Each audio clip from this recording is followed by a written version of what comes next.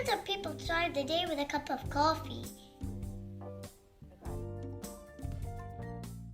But do you know the Ethiopian myth of how coffee was discovered 1,200 years ago? There was a farmer who saw his goat jumping up and down and dancing after eating a fruit off a coffee plant. The coffee fruit had caffeine. And it made the goat all jittery, and it even made him stay awake all night.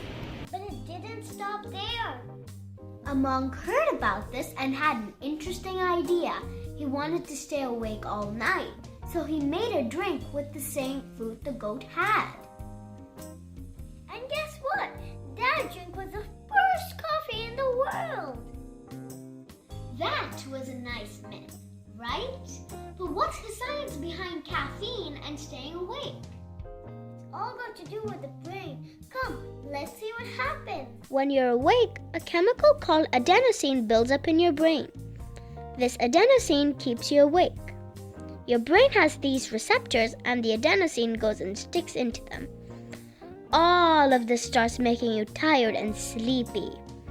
And when you fall asleep, the adenosine starts disappearing.